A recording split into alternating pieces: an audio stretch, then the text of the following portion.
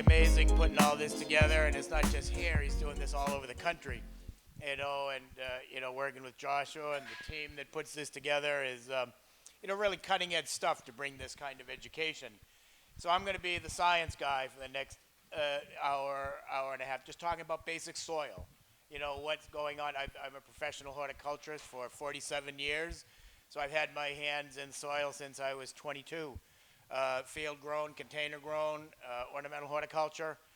So soil is really the foundation of everything that we're doing, and we sometimes tend to lose sight of that, exactly what's going on down there. And as we get a greater awareness of what's actually working down there and how that's happening, it leads us into good management decisions, and we can take sort of best management practices. So we know, most of you have been growing the cannabis plant for many, many years and have a great understanding of that plant, what it takes to grow that plant, to grow a quality plant. Now we're at a point we're going to try to look at what's actually happening in the soil to make that happen. I title this a systems approach, and that's really what it is. We don't focus strictly on the plant. We don't focus strictly on the inputs. If we were growing conventionally, we'd be in a product-centric program. So conventional practices, and you're looking at somebody that spent 20 years as a conventional grower.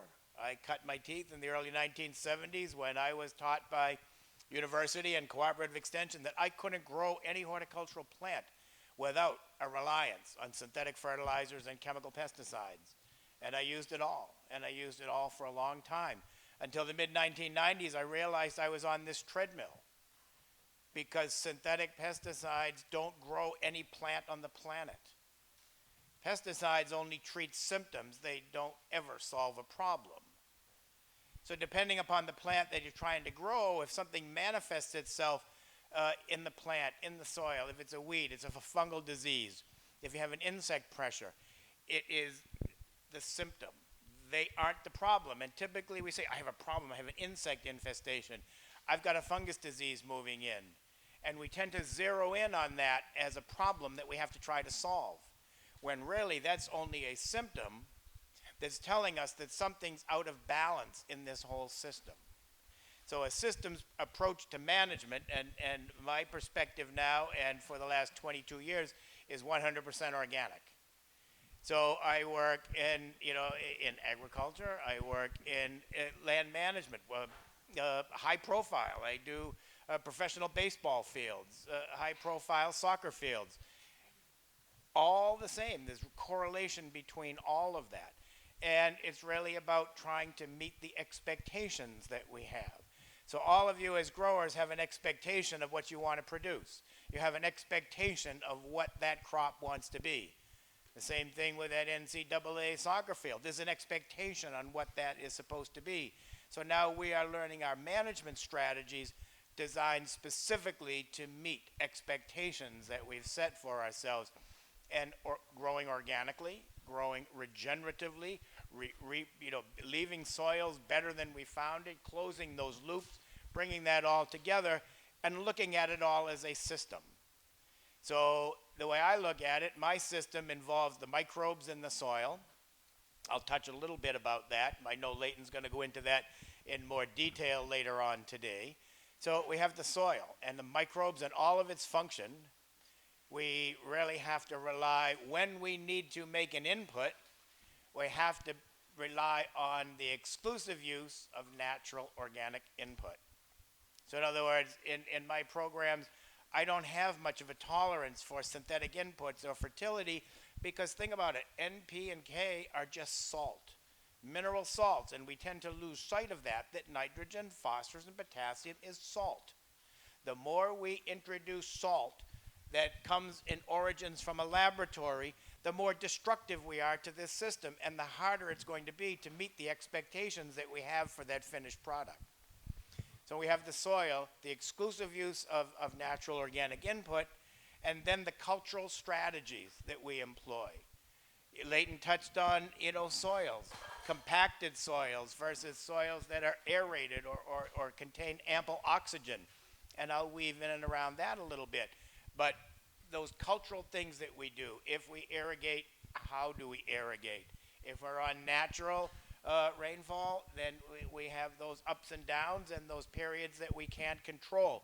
All of those cultural things that we do then become married to the soil, the biology, and the natural inputs, and that's what creates the system for us. This isn't working. I don't know if that was exclusive to that one. Let's see. Conventional view of soil. So this is these couple slides were given to me by Penn State. Penn State was a leader in how we looked at soils and how we looked at how everything related. And I'll touch on all these individual areas, but we have soil structure. That is also known as soil texture or particle size analysis, gradation analysis, and that is the sand, silt, and clay portion of the soil. The chemical, that is soil chemistry. So that is the pH, the relative acidity or alkalinity of a soil. The macronutrients, the micronutrients, something called cation exchange. How does that soil hold on to and retain nutrients? So all of that falls into soil chemistry. And then soil biological life. The conventional industry focuses on soil chemistry alone. They acknowledge in a passing way that there is something biologically happening in the soil, but nothing in a conventional program focuses on biology, so it's bypassing it. So when you're dealing with conventional inputs, think about just feeding the plant. You're taking something from a synthetic bag and it's going directly into that plant as soon as it comes in contact with soil moisture, and the whole biological system is bypassed, and you're actually degrading it to a point because you end up having, oh, is that what that was? I pulled that up, put that back. Thanks. Perfect. So we have that, we're bypassing that. So conventionally, this is how we've been taught to look at soils. Naturally, now an emerging view of soil health as proposed by Penn State back in 2004 or 5 says that no, these are all integrated. In order to grow anything in a healthy crop, we have to have an integration. So we learn how these interact. We optimize each area as much as possible so that those of you that, if we are container growing, and I've worked back in the East Coast developing soils for container cannabis production, and there's a whole lot that goes into that to develop that soil to get something that's porous, something that will grow the plant and give the nutrients that we need, and trying to build it all into that pot. If we're field growing, we're not going to change soil structure. If we have a clay soil, we have a clay soil. If we have a sandy soil, we have a sandy soil. So we have to learn to work with the soil that we have and not ever get caught in a trap of trying to change a soil to match something else if it's in field production. We have to have a strong focus on humus and that organic matter fraction. And I'll talk about organic matter and that fraction of the soil, and how organic matter is the home for the microbiology. That's where it gets its support. Humus, as the end product of decomposition, is carbon, and critically important, and you can look at that as the driver of the whole system. And the humus fraction of soil is tiny. It can be less than 1% of the organic matter fraction, which can be 3, 5, 7%. So humus, very small fraction. Here we have disturbed and undisturbed soils. So on the left is a typical non-forest soil profile on average for North America, where we have 45% of that handful of soil as the mineral component, sand, silt, and clay. 5% of that on average is the organic matter fraction, and that's really the focus of where we pay most of our attention. The other two fractions at roughly 25% each are air and water, moisture to support the plant. So when you pick up a handful of soil, you look at that, it basically is half solid material and half pockets of air. Some of those pockets of air are filled with moisture, and the amount of moisture that a soil can hold is called field capacity, and that's a direct relation of the sand or the clay fractions. So that's really what you want to look at, is you pick up that soil and you want oxygen in there. You have to have that air fraction.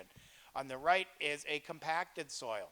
And you can see what happens. Compaction is not, we tend to think of compaction as heavy foot traffic or tractor traffic, equipment traffic, but rainfall, irrigation, the density of soils is called the bulk density. Bulk density is the weight of a soil per cubic yard.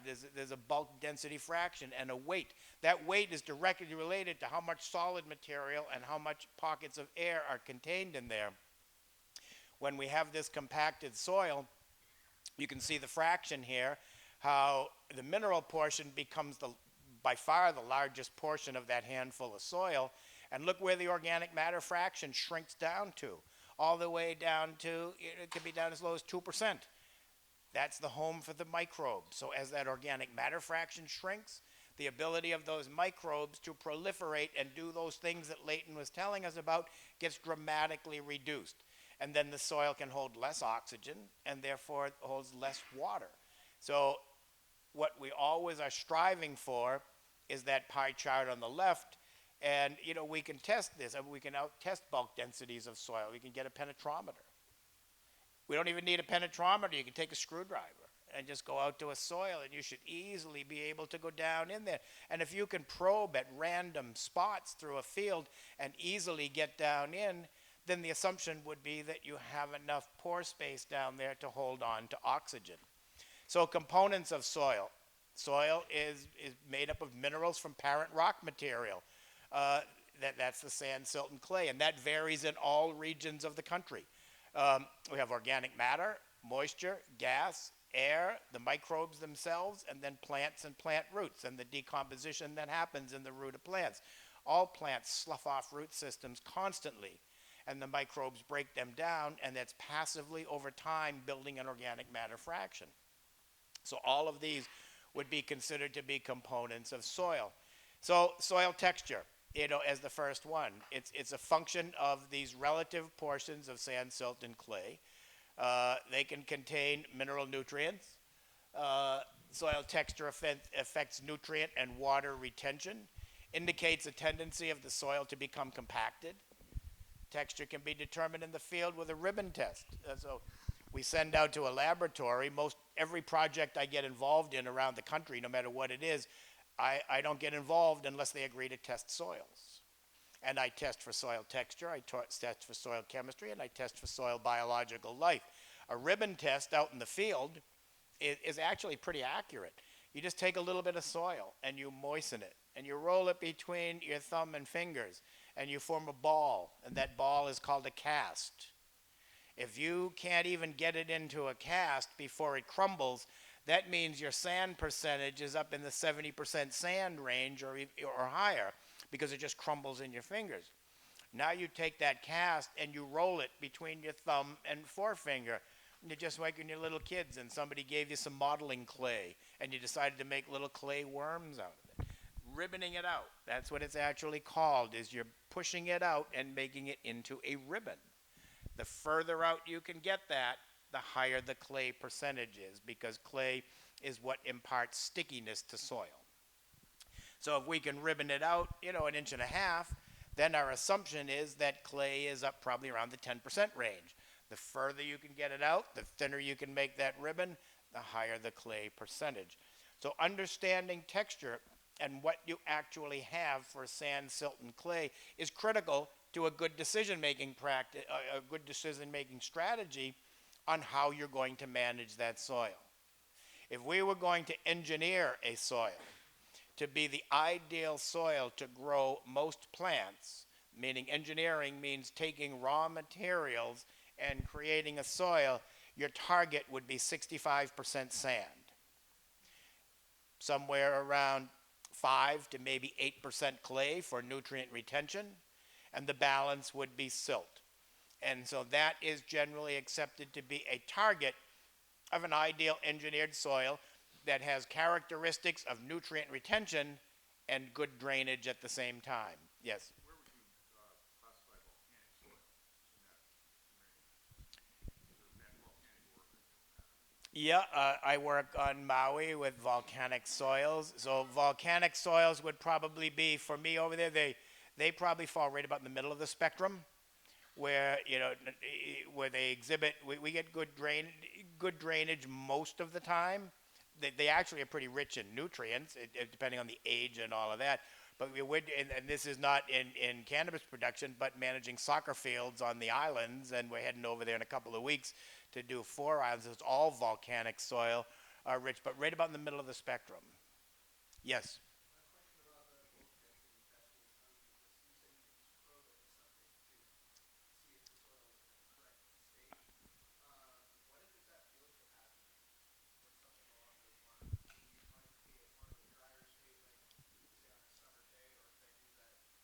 Yeah, so field capacity technically means that you have a soil that has some arrangement of solid particles and air spaces.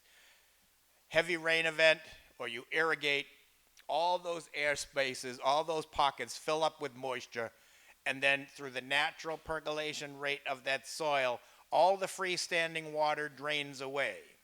The moisture that is left is field capacity, meaning the appropriate moisture. So that's what I would want to do. I would want it to be moist or wet, let it drain away, get all the freestanding water out of there, and then do my test for probing. Because if I had a soil that was relatively high in clay and it was really dry, it's going to be very different than if it had moisture to it, because you get that real dry cakiness to it with the heavy clay.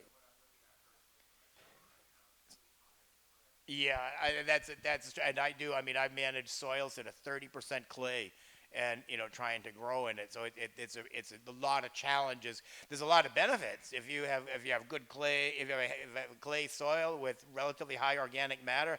Nutrient retention is crazy. It's off the charts. I mean, I'm working with CECs. We'll talk about that in a minute. Of 48 milli equivalents, 100 grams, and average is 12 to 15. That's my measure of nutrient retention.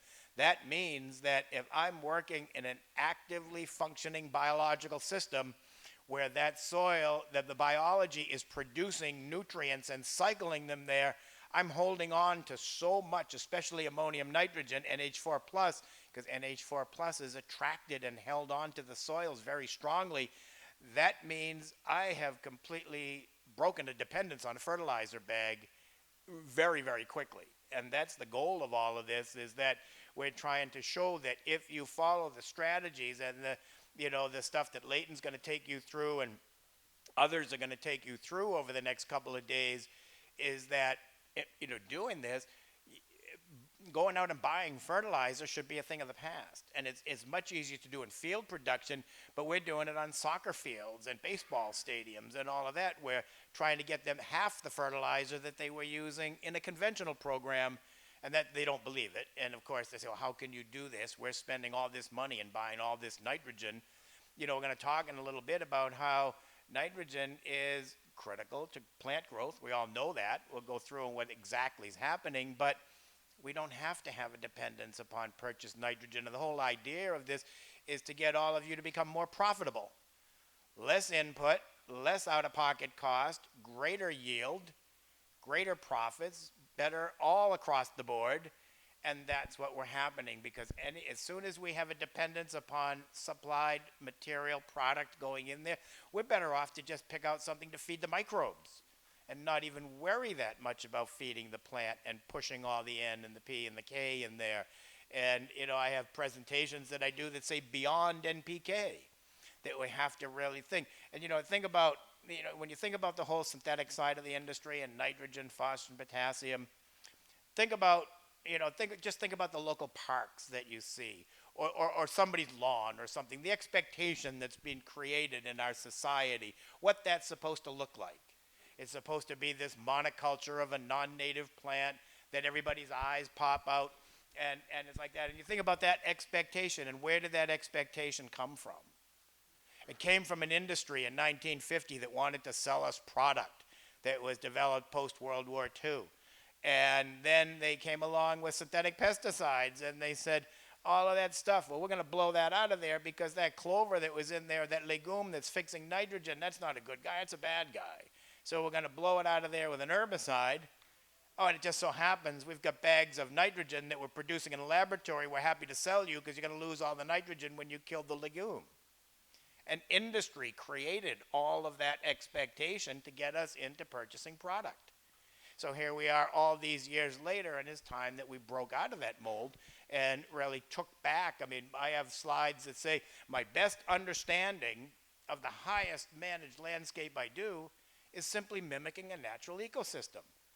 Because why do I think, or why does anybody in science think they have it better figured out than nature, nature itself does? So anyway, so soil texture, here's the USDA textural triangle. An ideal soil would be considered right down there in the lower middle, the one that's called loam. Loam, and these are all based on individual percentages of sand, silt, and clay and how they relate to each other.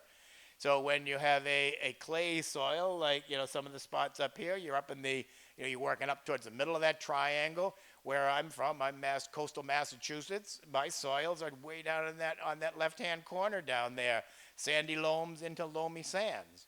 I'm going down to work later this week in Malibu and Southern California, and I'm going to go on the opposite side of the triangle. So every different region of the country has its own. So you simply take the individual, you get a USDA textural, or you get a textural test analysis that comes back from a laboratory for about $25, $30, and you get a percentage of sand, silt, and clay, and just put it on this triangle, and you draw the intersect, and where the three lines intersect, that's your textural classification. So here is the size of all of these things. Gravel is anything larger than a grain of sand, and then silt, and then clay. So what this is telling us is that clay is microscopic. You have to have a microscope. It's a flat sheet. Clay stacks on flat sheets on top of each other. That's why it compacts. Think of a grain of sand, and it bumps up against each other. They don't compact unless people say all the time, well, sand can't compact, but it can if it's really fine sand, because sand can be subdivided into 5 other classes: very fine, fine, medium, coarse, and very coarse. But when you get these high clay soils, they're in sheets, and the sheets stack and stack and stack, and then that's where the compaction is, because you don't have those sand particles to break that up and to get the oxygen in there. Cation exchange capacity, very important concept. This is nutrient retention, and this is at the heart. This is actually the most important number that you could figure out for your soil, and this comes on a soil chemistry test, $25. Leighton talked about electricity in soils and electrical charges and all of that, and that's exactly what is happening. So in the well-aged humus portion of the soil, that small fraction of organic matter, and in the clays that you have here, now not all clays, there's kaolinic clay, more like clay, different clays in different region of the country, but generally speaking, clays carry a negative electrical charge. Humus carries a negative electrical charge. So what those do, those in the soil, they're referred to as CEC sites, or cation exchange sites. So what that means is that negative electrical charge will attract and hold on to cations. So we know that a cation is a positive charge. These sites in the soil are a negative charge, and what happens to electrical charges? Opposites, attract, like charges repel. So those positive charges, that's calcium, magnesium, potassium, ammonium nitrogen, that's the big one, NH4+. All of those are attracted to those exchange sites. If you're in a region of the country, probably more down south, I've done a lot of testing from here right up through Oregon, and very little sodium in your soils here. There's a little bit, but not terrible. Down south of Los Angeles, I have 14% of these electrical sites, these cation exchange sites, attracting sodium, which does me no good. And I have to get rid of the sodium, and there's a whole process to move the sodium out of there, and typically that's something that's done with a calcium source, like a gypsum, because sodium has a single plus charge, Na+. Calcium is Ca double plus. So that means it's more strongly attracted. If you have a low pH, which is on soil, a low pH means that you have a lot of hydrogen attracted to these exchange sites, because hydrogen is a cation and a positive charge. So now what do? Well, we know we have to raise the pH. We use lime, right? That lime raises pH because lime contains calcium or magnesium more strongly attracted than the hydrogen. So the calcium or magnesium is attracted to those exchange sites that needs to make room for itself. Hydrogen gets pushed off. So now what's the fate of the hydrogen? 2 hydrogen combined with 1 oxygen. Water. So you're displacing hydrogen with calcium and producing water that moves through soil solution. So CEC is affected by the soil type. They have this, and on these soil tests, you'll find over in a box, usually on the right-hand side, there's something called base saturation. Base saturation tells me how much calcium, how much magnesium is all attracted to these sites, and potassium. And typically speaking, in a productive agricultural soil, soil science says that 2 to 7% of the sites would like to have potassium on there. Really important. Potassium is stress resistance for the plant. Any kind of a stress, weather stress, disease pressure, it's protection against disease. Somewhere around 10 to 15% of the soil wants to be magnesium, and anywhere between 50 and 80% of the exchange sites want to have calcium on there, and that would be considered to be a balanced soil. More sites in humus than clay, so that working with that organic matter fraction is critically important. Organic matter has a higher CEC than clay higher than silt, and silt higher than sand. So that's how we look at that. Now when we get the textural analysis, you put that together with soil chemistry, now you're starting to see how this all comes in balance. And then these are just tables of cations and anions. So you look over on the right, and because you probably notice I haven't mentioned phosphorus or phosphate, because phosphate is an anion, so it's not attracted to the exchange site. It's not held on those sites. It is attracted to positive charged sand particles. Phosphorus does not leach out of soils.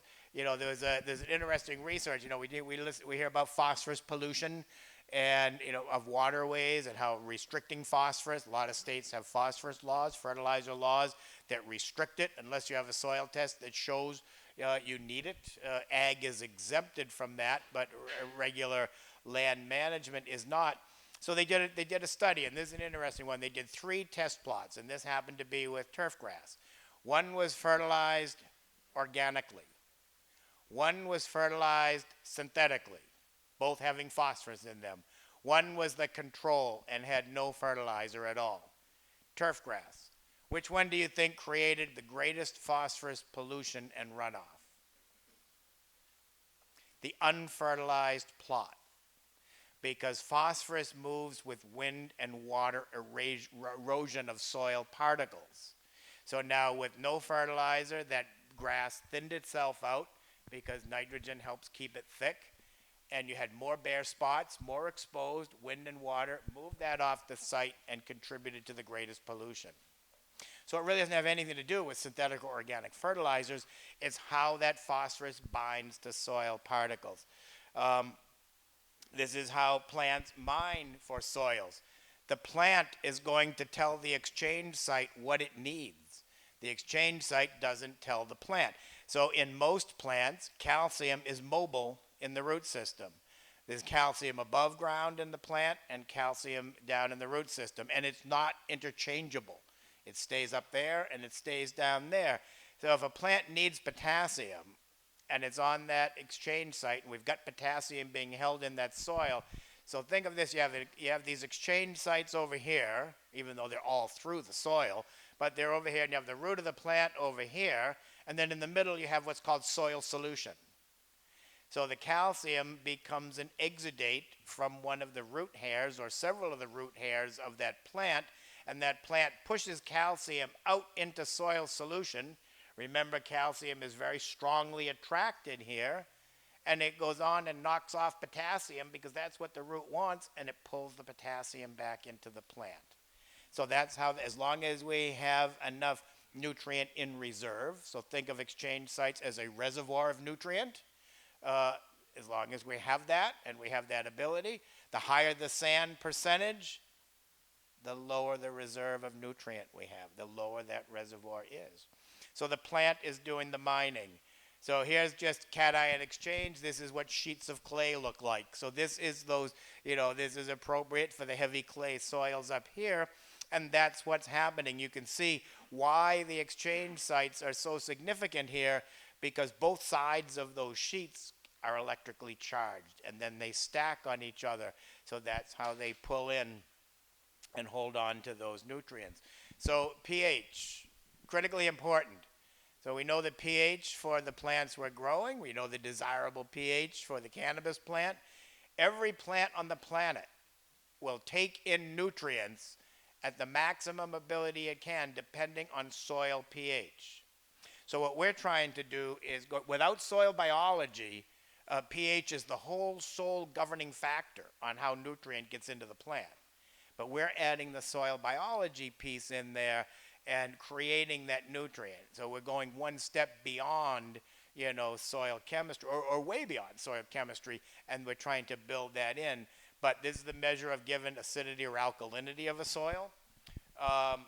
pH is affected by the organic matter fraction, by sand, silt, and clay, the soil texture, presence and numbers of microbes, presence and amount of cations and anions, and the presence of anaerobic conditions, low oxygen, no oxygen. We'll talk about that a little bit later. Here's a chart that shows the acidity and the availability of nutrients to most plants.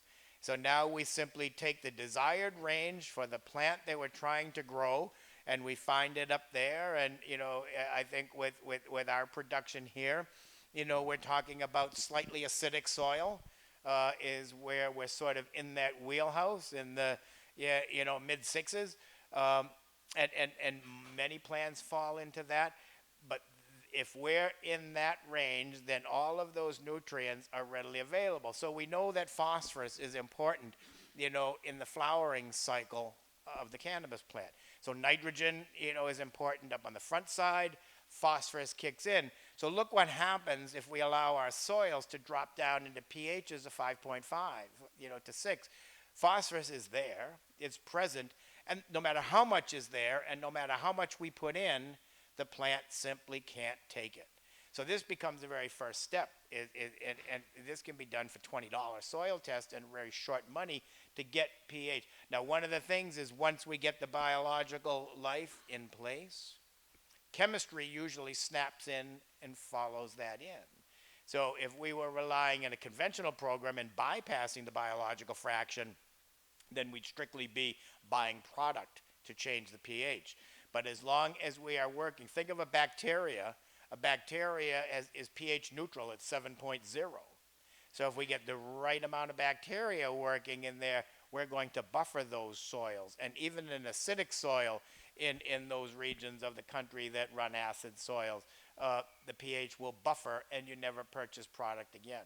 It's the repeated use of synthetic fertilizers in acidic soils that drives pHs down. An example of what happens with this is, most of you probably know the plant, the hydrangea, blue hydrangea, and it's nice, deep, dark blue. Well, that's an acid-loving plant. And it is acid soil that keeps that hydrangea blue. And you use sulfur to keep that down. As pH goes down low, aluminum becomes very soluble in soils. Aluminum is what blues the hydrangea. That's why you drop the pH down with an acid thing. It used to be aluminum sulfate in a conventional program. It's elemental sulfur in an organic program. And you drop the pH down, aluminum is soluble, the hydrangea is blue. Now, if you systematically add calcium or magnesium in the form of lime and raise that pH, that blue hydrangea, even though it was bred to be blue, is going to turn lavender, and then white, and then pink. Because as you move up in pH, you're locking up that aluminum. It's no longer available to the plant to keep it blue, and you've actually changed the color of that plant. Because the nutrients that you need, to do that can't be there. So for the cannabis plant, we know the target pH range, so it's important that we work and to keep that there. pH adjustment, we do it when the pH is outside of the desired range. or when an extreme pH affects soil structure and soil health, which it can. The ideal time to use lime and raise the pH is during the cooler months of the year. And the ideal time to use sulfur to lower the pH is during the warmer months of the year. Typically, you're not lowering pH up here. We are down south. I've got soils in Southern California at 8.0 pH. And that's crazy high. And so, but sulfur, you need active bacteria because active bacteria convert sulfur to elemental sulfur to sulfate through sulfuric acid, and then that lowers the pH. Liming, if we have to lime soils, we know we can't put more than 50 pounds, 1,000 square feet. That's a maximum rate for dolomitic or calcitic. Dolomitic lime is high in magnesium. Calcitic lime is high in calcium. Typically, most soil tests nowadays, we prefer calcitic lime because of just the obvious things that we just talked about with calcium. And we talked about how that works and replaces the hydrogen. Elemental sulfur, as I said, needs to be converted by the microbial fraction. It is an anion. It is leachable. It's not held onto in the soil. But you need warm, moist, and well-drained soils for this to be functioning because all of those things are conducive to healthy microbial populations. Water movement, clay versus sand. You know, a big deal when you're working in a clay-based soil. Water moves differently, as we know. Clay, fine textured. Sand is coarse textured. Water movement influences root development and depth. Roots are going to follow water as it moves down. So if water doesn't percolate and it's always sitting up in the top part of that soil for an extended period of time, the root system is going to stay there and the root system is going to suffer. Water movement can influence compaction. When water sits too long up near the surface, we get a compaction layer between that water and what's happening down below it. And probably the biggest thing is excess water, meaning slow to drain, creates an anaerobic soil environment, no oxygen, because water is replacing all the oxygen that should be in those pore spaces that surround all soil particles, and then the end result of that is either going to be a fungal disease of the root system or possibly ultimately the serious decline of the plant. I'll talk in a little bit about what actually happens down there. So deeper roots improve the soil. So on the left, you have managed turf grass. There's your park, there's your lawn, and then you move through. We all know the root system that can be produced by the cannabis plant, and that's really what we're trying to do, is to drive the root system and to get it down and do as much as that can do. This is a ryegrass as a grain, and look at main root, secondary, tertiary, and quaternary roots. A total root mass, 380 miles, one plant, grown as a grain in a healthy, biologically active soil that exhibits the characteristics that we've just talked, the desirable characteristics that we've just talked about. Soil organic matter, the most important thing, if there's no other takeaway from my time up here, is the importance of the organic matter fraction. Organic matter is the driver of the system. 3% organic matter is considered to be the low line for successful horticultural growth. I manage soils right here in California down south at 1.6% organic matter.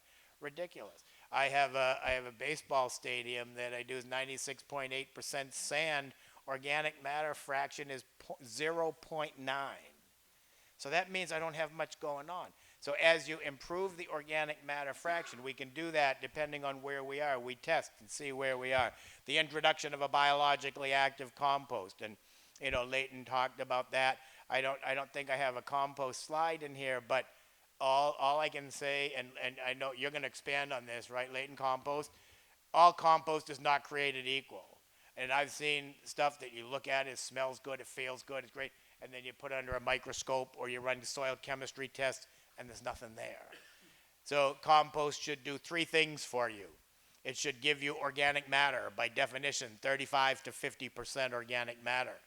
It should give you ample biological life with both the lower trophic level organisms, bacteria and fungi, and then the higher level predators of the protozoans, the flagellates and the amoeba. They move in after a composting process happens. They're not active and producing in the actual breakdown. It's bacteria and fungi that make that happen, mostly bacteria, but protozoans move in at the end, and you want that big population. And then there should be nutrient. You should have anywhere between 0.9 and 1.8% nitrogen, 0.5% phosphorus, and 0.5% potassium, ideal. So you have that nutrient, little bit that's available in the first 2-3 weeks. But then the biggest fraction that you want is organic nitrogen that will be a resource for the next 10 to 12 months or longer. So that's building soils.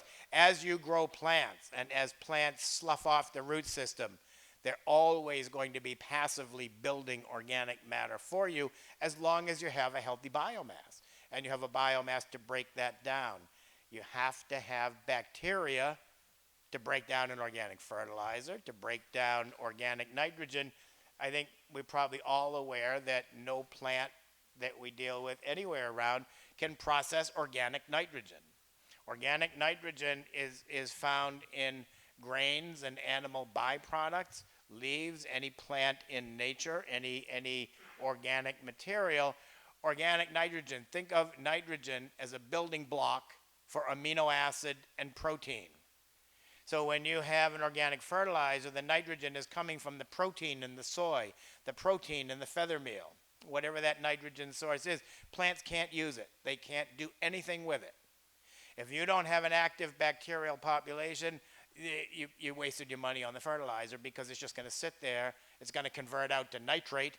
It's going to leach, and it's going to be a pollutant. So you have to have, so that's the steps. Organic nitrogen, broken down by microbes, converted to the inorganic form of ammonium first. So the bacteria get that nitrogen in their bodies because they've worked at it. They're a high nitrogen organism. I'll show you that in a minute. Protozoans eat the bacteria, release that nitrogen as ammonium, goes onto the exchange site. Some goes directly to the plant. Nitrifiers come in. Leighton talked about that. He'll talk about it more. Convert ammonium, and now the plant gets exactly what it needs. Soil organic matter fraction drives all of that. It can increase water holding capacity.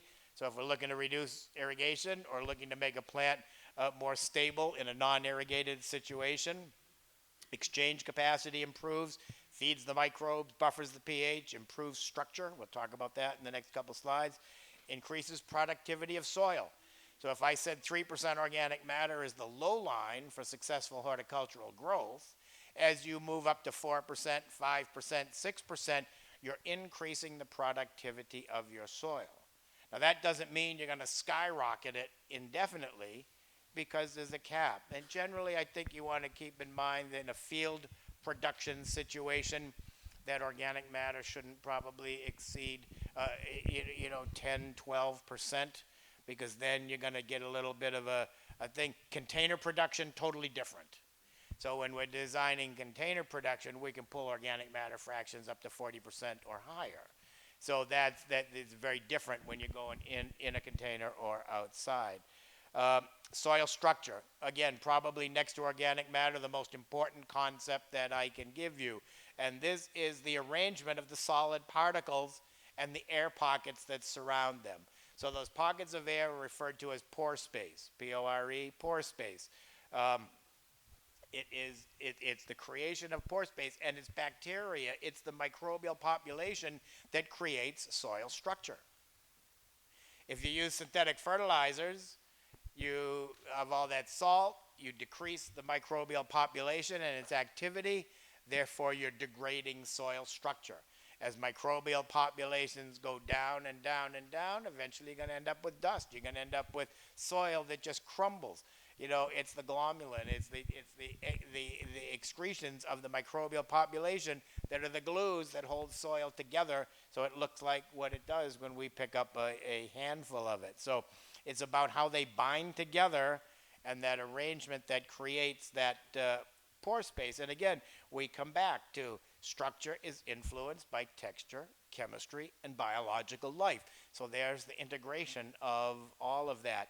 This just shows different structures around the soil structures around North America, and how you can have some of those that are single grain soils where water moves rapidly through, and then you go all the way over to the right to a massive soil or a platy soil where water is extremely slow to move in. Platy means those clay plates sitting on top of each other.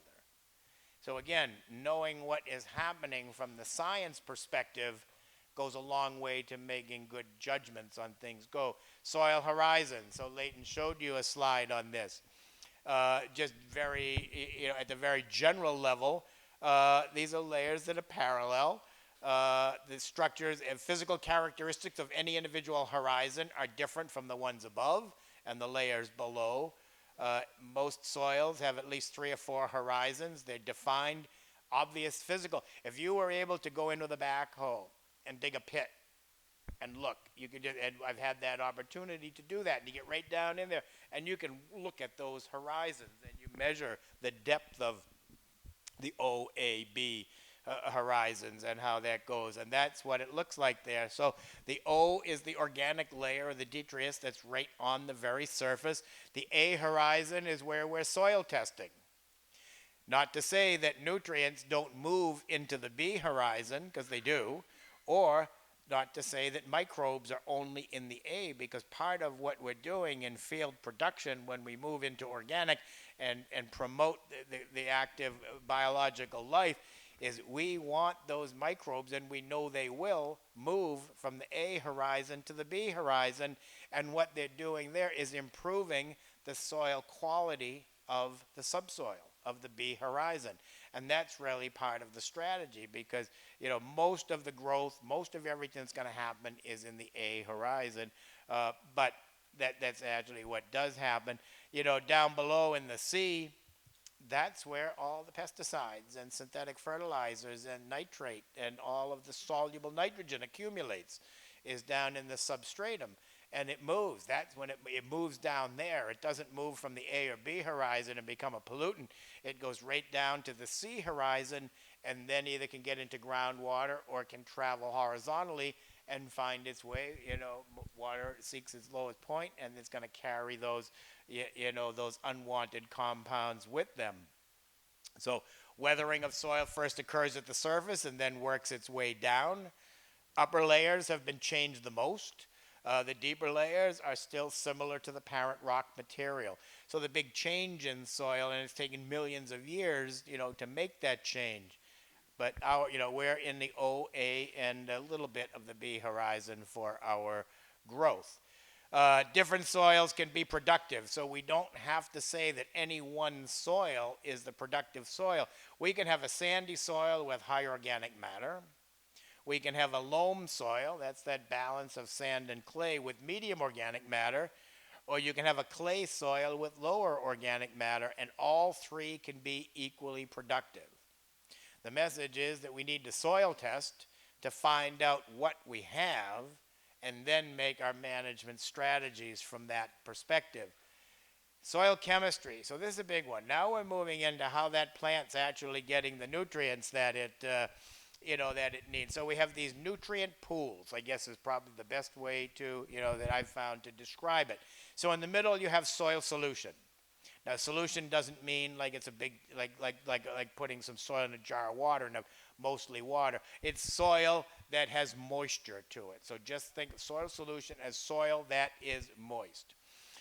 So we have the inorganic nutrient pool. These are things like phosphorus and potassium, calcium and magnesium that are found in nature and a natural part of soils that are water insoluble. So all of those are water insoluble mineral nutrients. They're there, they're not soluble, they have to be chelated or made soluble before the plant can use it. So you have that inorganic nutrient coming in. It actually is the microbial population, the humic acid fractions, the humic fraction. Those are the chelators, organic acids. If you're buying phosphorus in a conventional fertilizer and you put it down, that phosphorus is solubilized because, we've heard of the words treble superphosphate. Those that are growers, that's big amount of phosphorus. Well, all the phosphorus that's in conventional fertilizers is natural. It's softer black rock phosphate that has been reacted with hydrochloric or sulfuric acid before it goes into the bag, so the minute it comes in contact with soil moisture, it's available.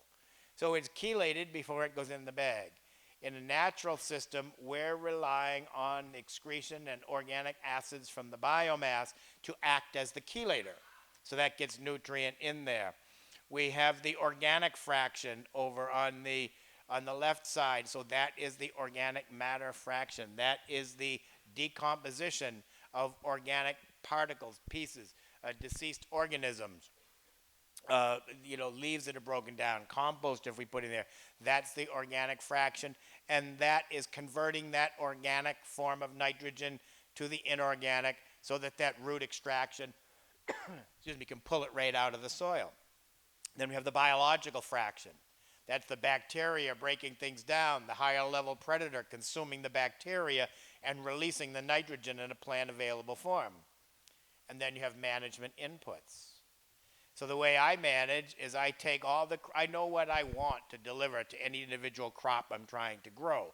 So I know what my target is. What do I want that plant to have available in its growth cycle? And what do I want to have available at what time in its growth cycle? So I simply take a credit. I look and say, what am I going to get from the inorganic fraction? How much am I going to get from the organic fraction? What am I going to get from the biological fraction? I add that all up and see how much that's going to give me. And then my management input only is there to make up the difference. The goal is to not have to go to the management input. The goal is to get all the other three to do the work for you so that you're not buying an input to go in there.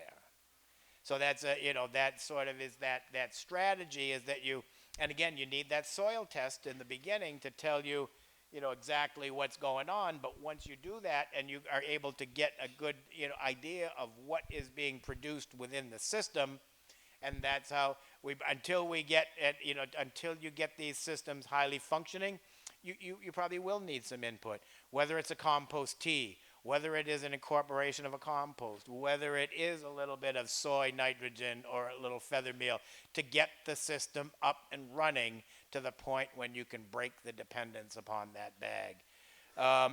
So identification, this is where soil testing comes in. Total nutrients are not reported generally in soils. It's the exchangeable nutrients that are reported. When we soil test, we're looking at available nutrients, those that are soluble. So I guess my best message on soil testing, specifically for soil chemistry, is that when you choose a laboratory, you pick one and stick with it and don't bounce from lab to lab. And you understand that they take that bag of soil from you and they're going to put an acid in there to solubilize those nutrients, because the nutrients that you're in that soil largely are insoluble and they can't report them, they can't read it. When they do that extraction with the acid, there's either a weak acid or a strong acid solution. Weak acid is called modified Morgan. Strong acid is a malic 3 extraction. So malic 3 is solubilizing most of the nutrients that are in there and giving you a total projected number of what potentially could be available to the plant. Modified Morgan, which I prefer and a lot of people do, is a weak acid that does not solubilize all the nutrients, but it's more relative to what is happening in nature, what you can expect that plant to have tomorrow, not the potential that you could get out of the whole system. So and that's really what if we understand the potential, and what happens if I send a bag of soil out and one is a modified Morgan, I'm going to get a rating of, say, 25 to 30 parts per million phosphorus, and it's going to be high. If I do it in a malic 3 strong acid extraction, it's going to be 120 parts per million phosphorus, and that's going to be high. But the whole 120 parts per million phosphorus isn't available, but the 25 ppm is. So that's how we end up, looking at those things. Then carbon. Think of carbon as the fuel, the driver, the energy source for microbes. Microbes get processed nitrogen and phosphorus and all of those things, but carbon is their fuel. Humus is the driver of the system. So if we look at this, if you go into the A and B horizons, you look at the pools of organic carbon, and you go under tree, they're always higher in trees than in grasses, just because of the way trees go. So, there's different pools of N and P in the A and B horizons, so they're also greater under trees. Higher organic matter contributes to the higher level of nutrient. So as organic matter rises, nutrient rises, and carbon rises. So now we can notice that we have a similarity between the organic matter fraction pool and the nitrogen and phosphorus pools. And that's really what we're trying to do, is to build up these pools in the soil of N and P so that the soil can function. And we understand that when we talk about phosphorus, but the plant can only use it as phosphate. When phosphorus combines with hydrogen and oxygen, forms phosphate, and that's the plant available soil. So all of this, you look under trees, you look in the rhizosphere, you look in the root zone, you follow these pools, and you come to the conclusion that the primary, source of these nutrients is from the organic matter fraction. So that's really what we're focusing on. So now we have a biological nutrient pool. So that big square in the middle, bacteria, fungi, protozoa, microarthropods. So you look at the bottom left, exchangeable nutrients easily pulled off of surfaces, easy to make soluble, dissolved in soil solution. Really tiny little square there, but look at the big square. Total of all pools, so without organisms to retain the soluble nutrients that a plant does not take up, or to exchange or to change this insoluble to soluble, there never will be any new soluble nutrients. So that's why you have to have the biological fraction active in a natural program. Soil conditions can affect it in the presence or absence of oxygen. Anaerobic, oxygen. Anaerobic, no oxygen. So if you just look at nitrogen as one example, and you could do this with phosphorus and sulfur and across the board, but in a well-oxygenated soil with good pore space, the dominant nitrogen form in soil organic matter is from the protein, and that is where the organisms are processing it.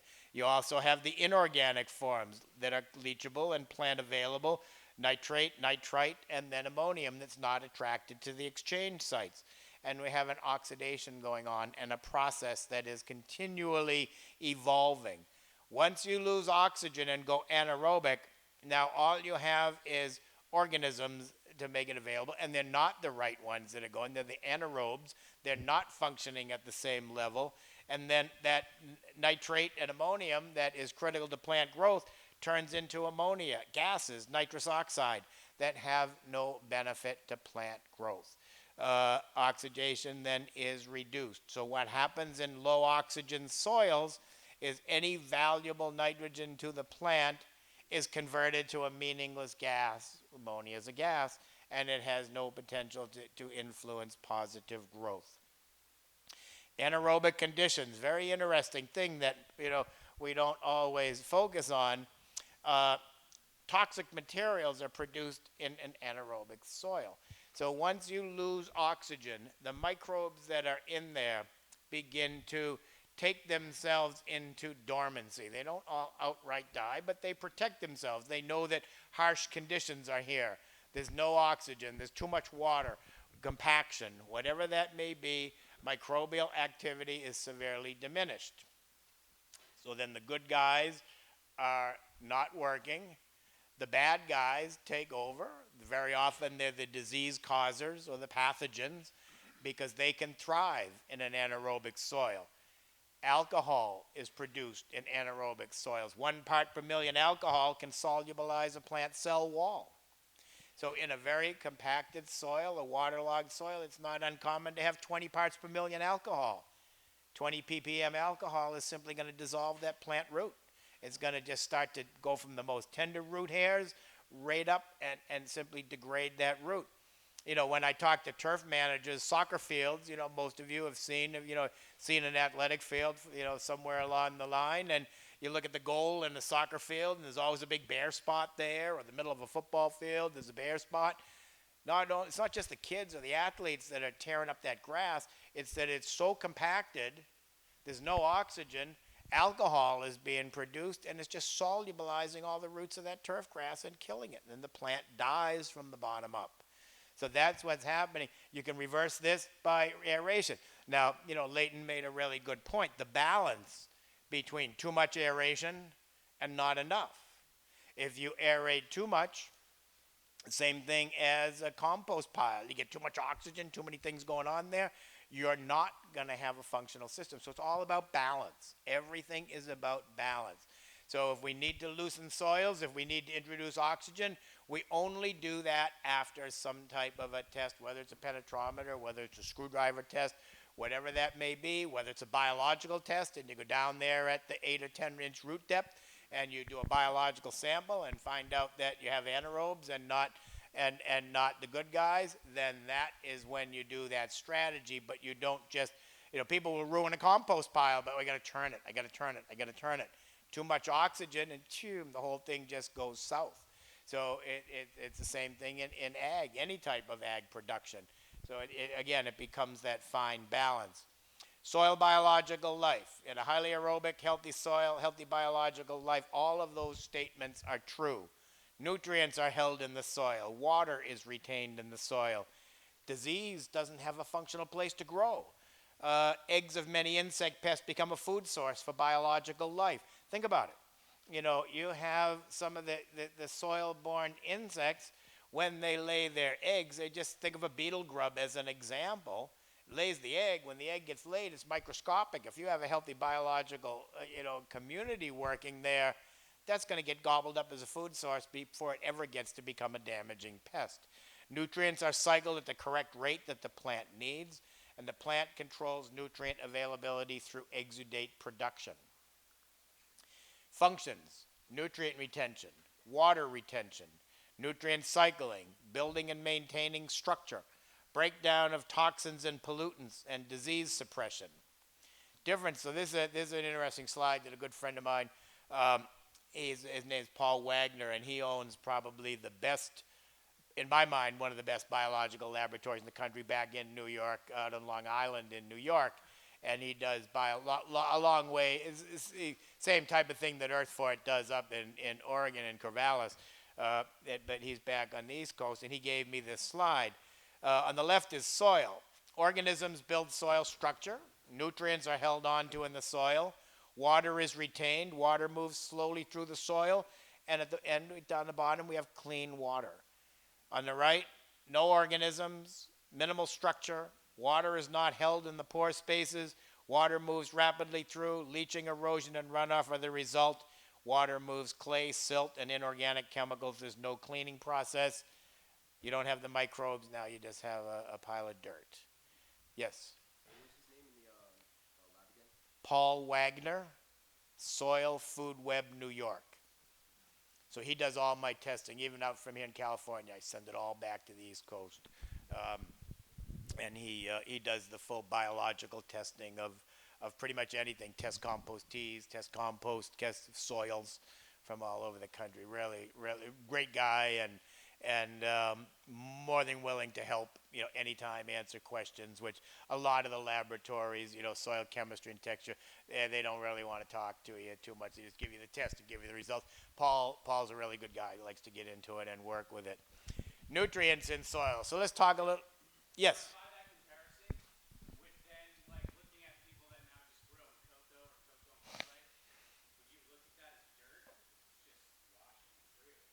Yeah, that would actually fall onto that spectrum for sure. And you can grow in it. I mean, you can grow in 100% sand if you have to, but yeah, you have to know that that's what's happening. So you really get away from the classification of something as a soil. Yep. And it's the same thing. I mean, soil is at the front. When you look at the National Organic Program for Agriculture, right? This is one of my pet peeves, so I might, well, now that we mentioned that. But, the definition of organic is soil-based system. Biologically active soil-based system.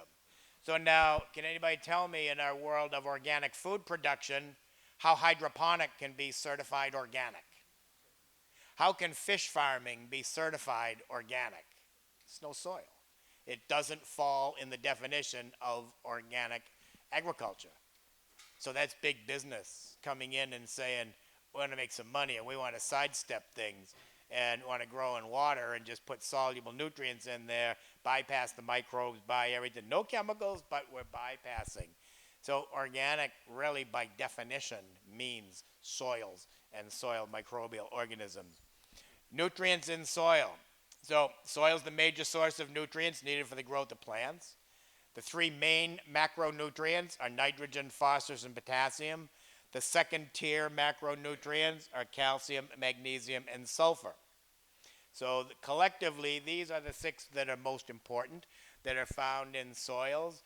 We measure them. Like when I do projects, I test water that goes into the system. I test soil, and then I test plant tissue. And I look at what the nutrients are and how they're moving and how much actually gets up into plant tissue. Nutrition, by definition, the supply and absorption of specific chemical compounds, not synthetic chemicals, or organic chemical compounds needed for normal growth and metabolism of plants. Nutrients, chemical compounds that function as raw materials for the synthesis of different structural and functional substances of plant. Think of that word, raw materials, and that's exactly what they are. You know, if you have a fertilizer bag, or what's happening in the soil, nitrogen, phosphorus, and potassium are not plant food. There's no food for any plant in a bag of fertilizer. There's no food for any plant in compost. All of that is a raw material. Think about it. Now you put N, P, and K.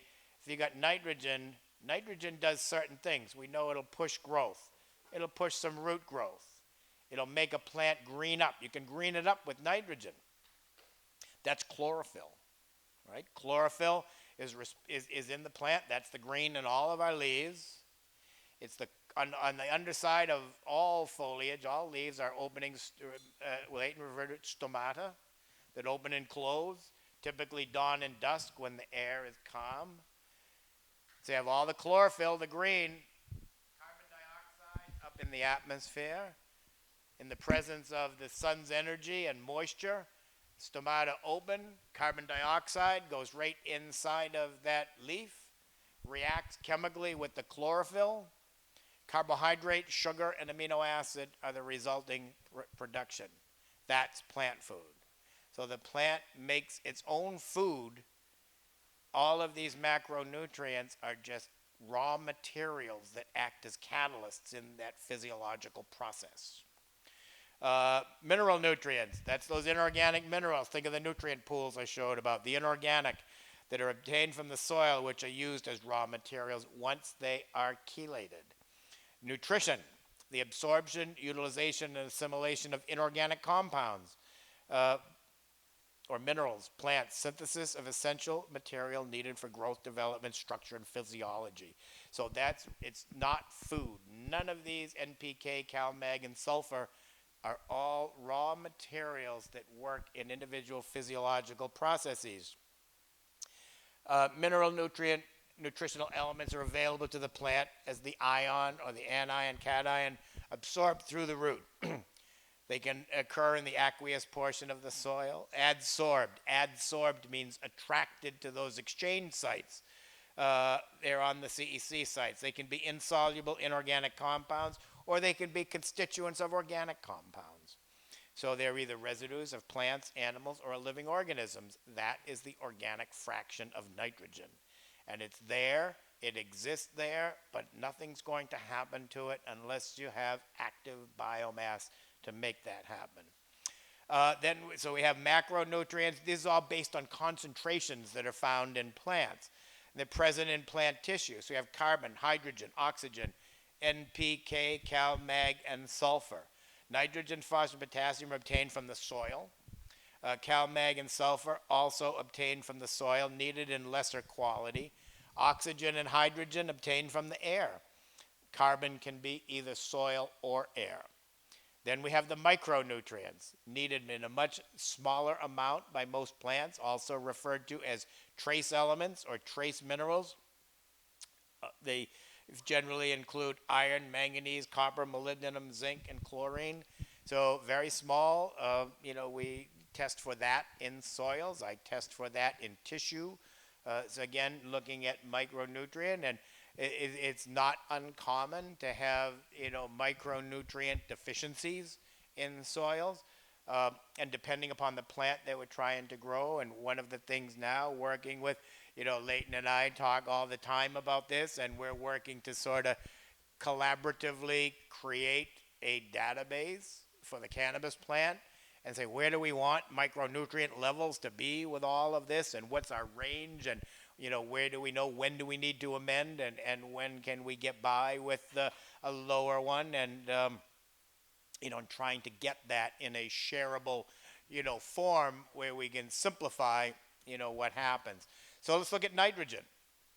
It can exist in the soil in the organic form as ammonium, as nitrite, and as nitrate.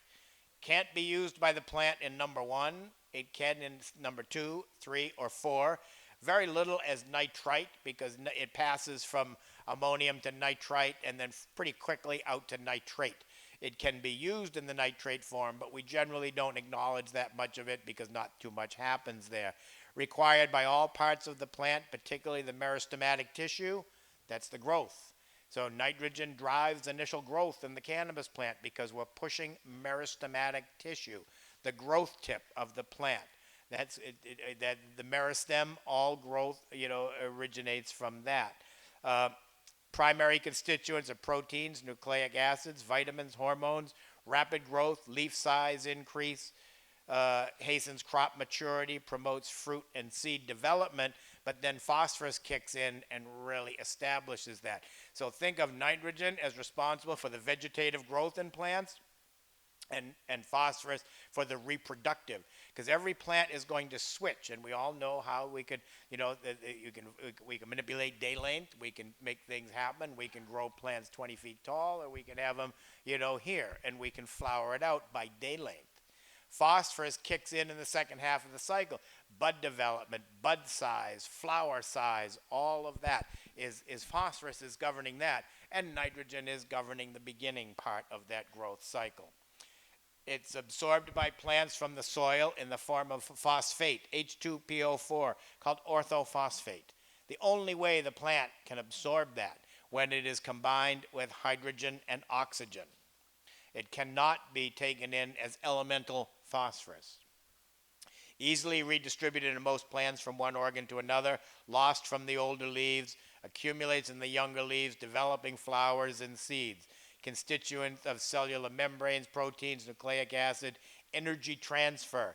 If photosynthesis is the process that makes plant energy, carbohydrate is energy, respiration is the opposite.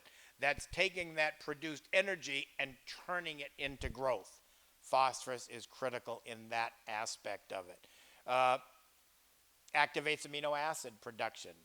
Used in protein synthesis, central to photosynthesis and respiration.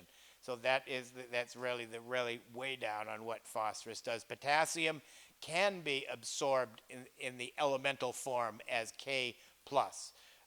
Required in larger quantities, meristematic tissue, buds, leaves, and root tips. Determines cation-anion balance, activates enzymes, opening and closing of stomata, maintains turgidity, strength of cellular tissue, facilitates cell division and growth, and the bottom, central to disease resistance.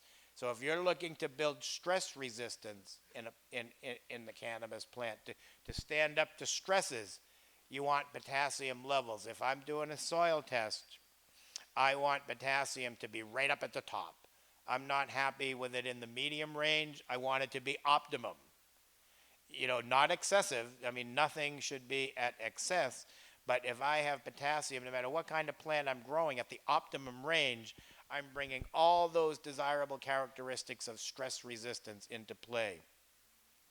Calcium can be directly absorbed as a calcium ion. It can be held on to, adsorbed, again, exchange sites. Stability of soil particles. So calcium is central to maintaining good soil structure. So now think of calcium as that second-tier macronutrient that is responsible for, we saw that calcium, the exudate coming out of the root, going on to the exchange site, central to the growth of the plant. central to the health of the microbial community, and now stability of maintaining soil particles. So calcium is pretty important. So again, soil test, want to find out where that is. Meristematic tissue, mobile, not translocatable. And it's easily leached. It can be easily moved through soils. That's why we want to make sure with a soil test that we have enough room on the exchange sites to hold on to it. If you don't have enough room on the exchange sites, then we're not going to hold on to it in the soil. All of these, steps are involved with calcium: cell elongation, division, germination, pollen growth, activation of enzymes. So it is even though it's a second-tier macronutrient, pretty important. Magnesium, again, on the exchange sites, fruit and nut formation, essential for the germination of seeds. Moves from the aging leaves to developing seeds during the life cycle of a plant. Structural component of the chlorophyll molecule. So a little more subtle things that are happening here, but if we want good chlorophyll density to undergo photosynthesis at maximum, then magnesium is central to that. Sulfur from the soil, primary source available to the plant, can be taken up by the leaves in the gaseous form through the stomata, largely found in stems and root tips of young leaves. It can be reactivated during senescence. Senescence is the aging process. So sulfur kicks back in at the end of the cycle from maturity to death of plant tissue. Again, it comes back to being this sort of subtle component of amino acid, protein, and vitamin, essential to produce chlorophyll. So again, soil testing to find out where these things are, and it really is about balance and making sure that we're getting off on the right start. Two major types of soil carbon, from the biomass and the non-biomass. Carbon is the energy in the soil. So the biomass is living bacteria and fungi, and the non-biomass is cellulose starch and the lignin of dead plants. So typically, when we're testing carbon, we see the three letters TOC, total organic carbon. So that's the carbon stored in soil organic matter. And again, coming back to organic matter, that is holding carbon in the form of humus. Enters the soil through the decomposition of plant and animal residues, root exudates, living and dead microorganisms, and soil biota. So think of this, we just talked about photosynthesis. Carbon dioxide up here, chlorophyll going in, CO2 reacting with chlorophyll to form carbohydrate. 80% of that carbohydrate that is produced during the process of photosynthesis goes down in the root system. Only 20% of it stays to drive the upper portion of the plant. Of that 80% that goes into the root system, 40% of that, or half of that, becomes an exudate that goes right out through the root into the soil. Cake and ice cream for the microbes, energy source for the microbes. So desirable microbes are colonizing the root of the plant to make use of that carbohydrate exudate. So now you think of the value of a plant when all of the global warming and things we're dealing with and trying to reduce CO2 emissions, but what if we have a healthy, organically grown plant that's firing on all cylinders and everything is operating efficiently? Think of how much more carbon dioxide we're scrubbing out of here and sequestering as carbon down there.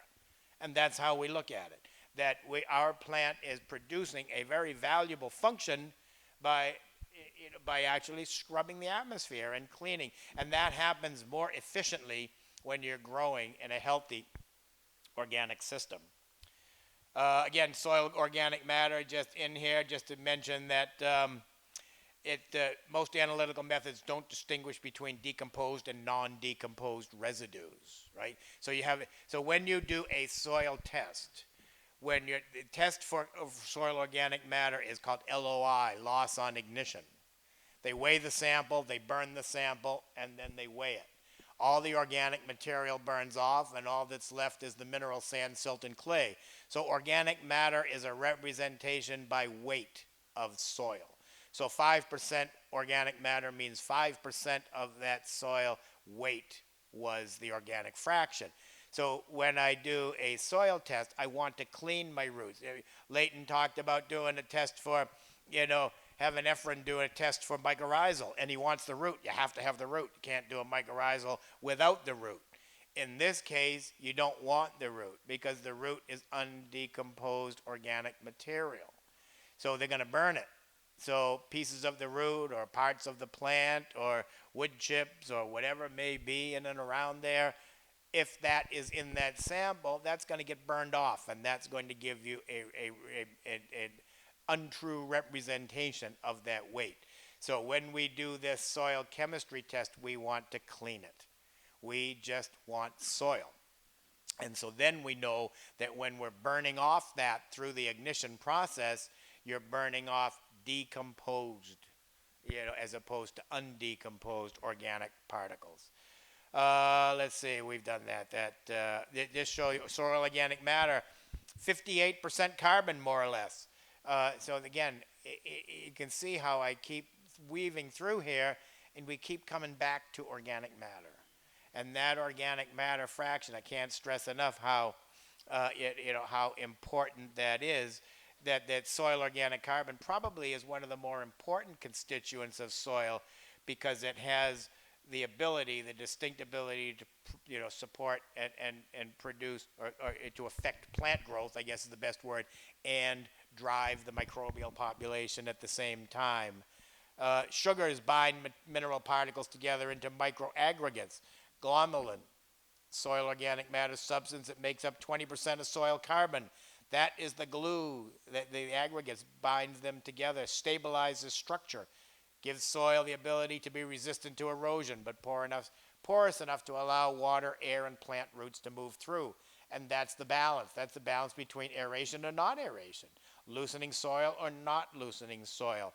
And if we have an ample supply of carbon within the organic matter fraction, that's doing a lot of the work for us.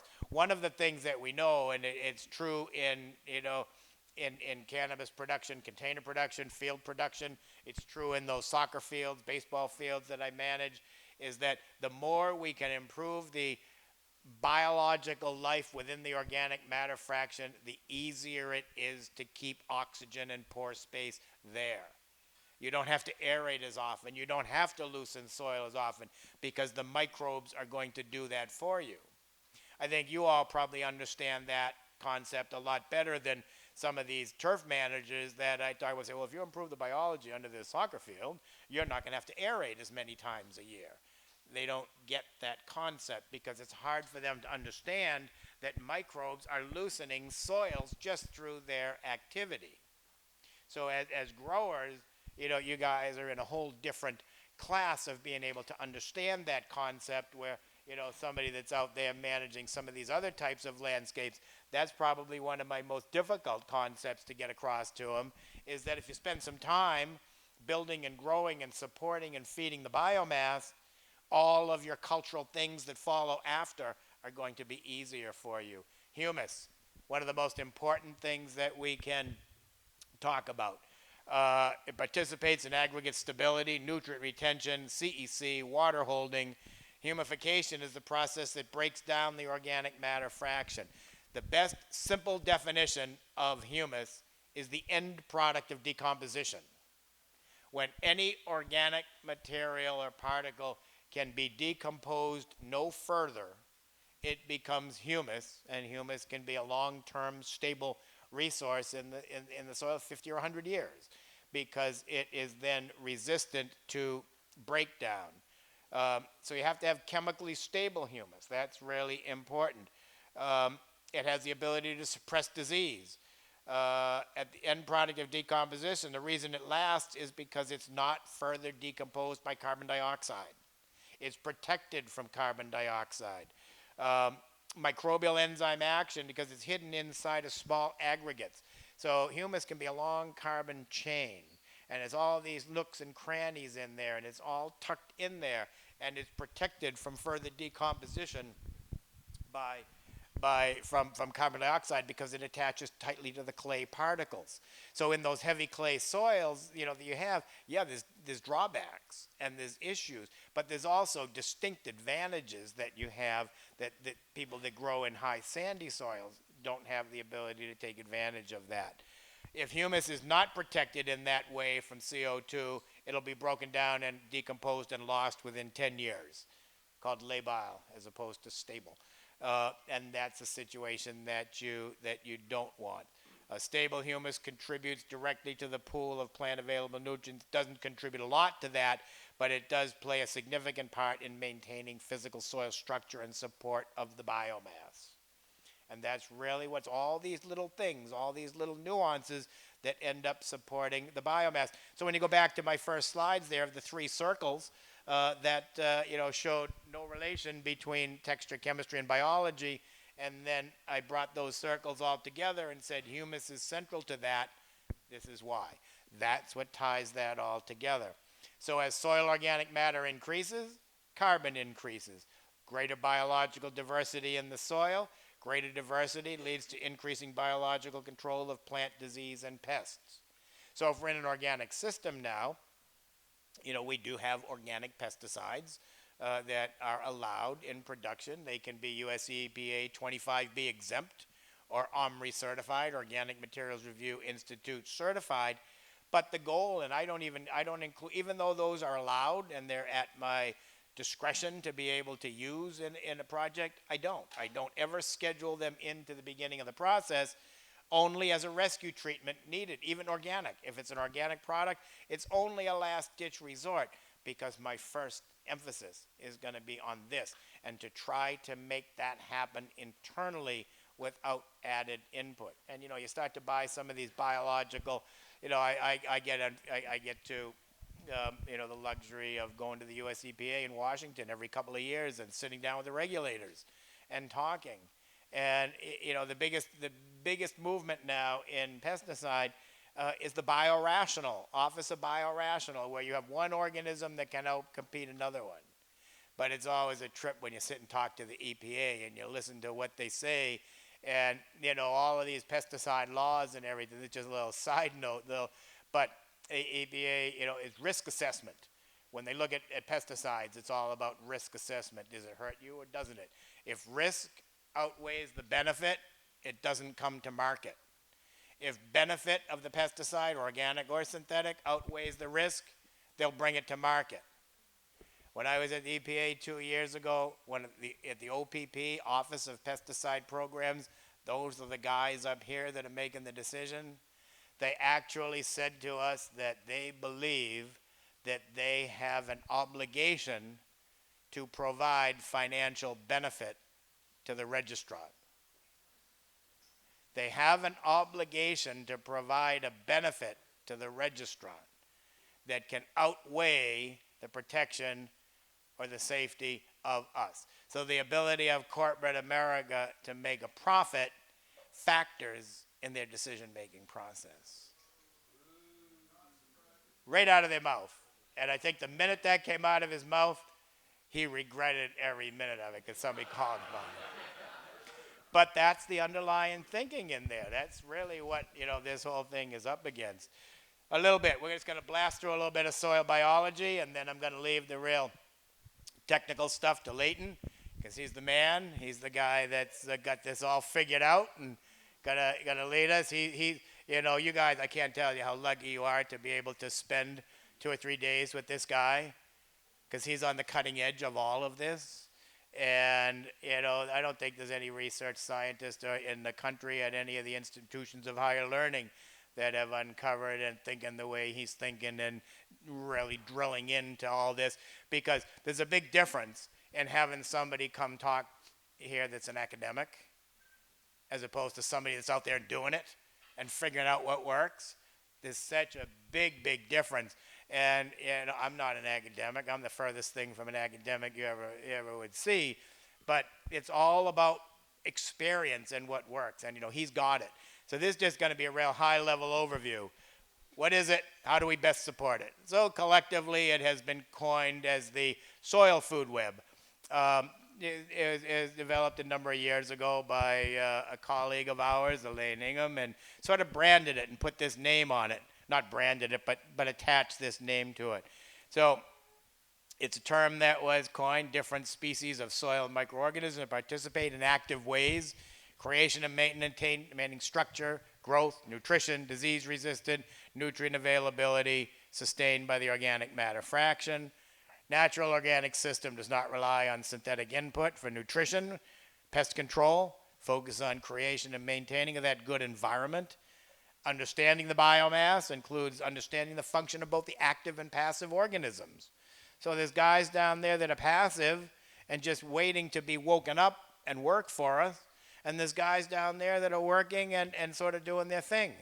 So, you may have heard the term biostimulant. Biostimulant just means something that's going to go in there that's going to positively affect that community down there to get it to work in a more efficient way for us.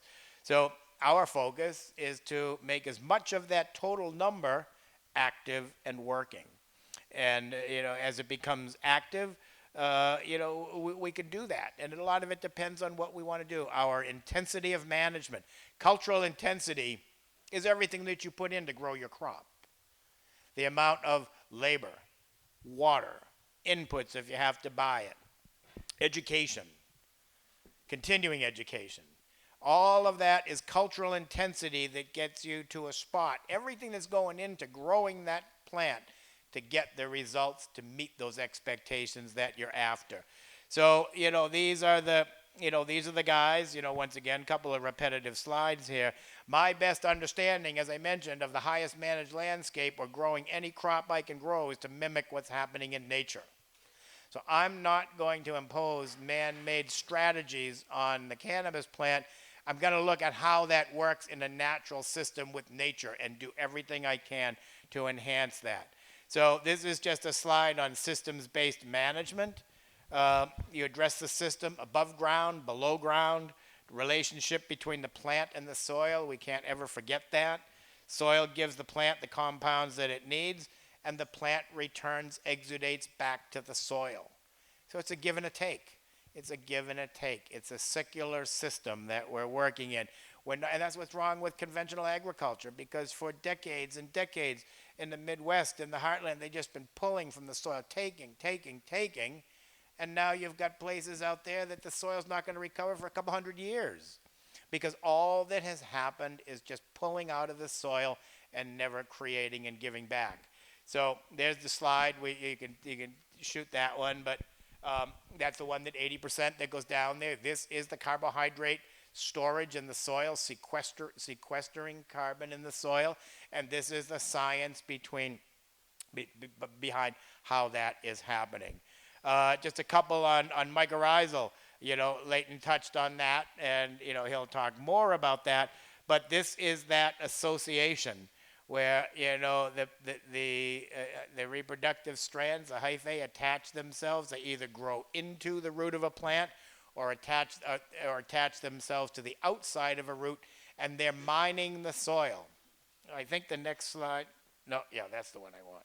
So so mycorrhizal, so I won't go into this. You got ecto and endo, ecto trees, Leighton is talking about, and to talk to you more specifically about strains of mycorrhizae that will colonize rapidly a cannabis plant, or not rapidly, let's say, have the ability to colonize within the life cycle production of the plant. But here we have one, and notice there we have those root hairs left and right on that root. And they are mining that soil for nutrient. That's also now referred to as a depletion zone, because that root has mined all the nutrient in its immediate area, right where it's pulling from, and it's pulled all the nutrient. There's going to be no further nutrient there available until microbes move in to break down more organic matter, or we go to a bag of something and put it down there and add nutrient. If we inoculate with mycorrhiza, then what's going to happen is, you can see on the right that their reproductive strands are going to go many meters beyond the root of that plant, and they're going to continually mine the soil for not just nitrogen and phosphorus, but as Leighton said, we're finding and so much more that we don't know, and we're finding all this out that they can do for us. And, these guys are going to work best when you're not putting a lot of fertilizer or nitrogen or inputs down there, because it's pretty well documented that if you introduce or you have mycorrhiza there and present and forming this association, and you continually jack the system up on nitrogen input, these organisms are going to just sit there and say, well, why do I have to work? Somebody's doing all the work for me. I'm just going to sit back and not do much of anything, and that's really what happens. So the introduction of this organism or the growth of this organism, and in some cases is a pretty good natural inoculum, and again, we test for that. We look at everyone can do that colonization test for you, but the idea that if you decide that this is a route that we want to go to work within the natural system, fertilizer, nitrogen has to be dropped way down, because you have to have the confidence that the system is going to do this. Now, that being said, if we're just starting off, or if we're new to getting into this, or if we're in a situation of converting from a more conventional management system to an organic system, there may be some need to have a reliance on a fertilizer bag until all this gets into place. Because it doesn't happen overnight, and it doesn't happen immediately, and it's not just saying, I'm doing this now, and I want to do this in the future, and in a space of a couple months, I'm going to make that all happen.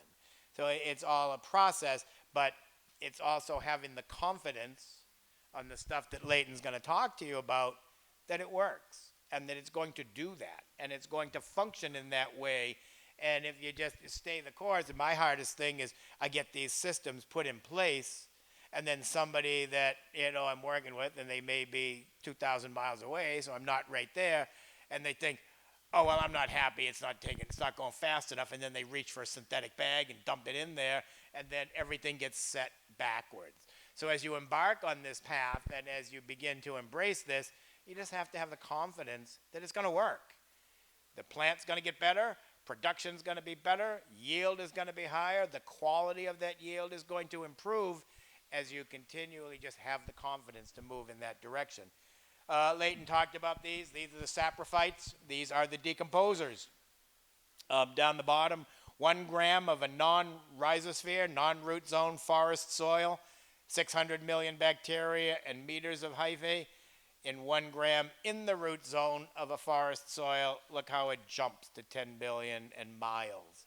So that really is, what's happening, the breakdown that's happening with association of root and plant.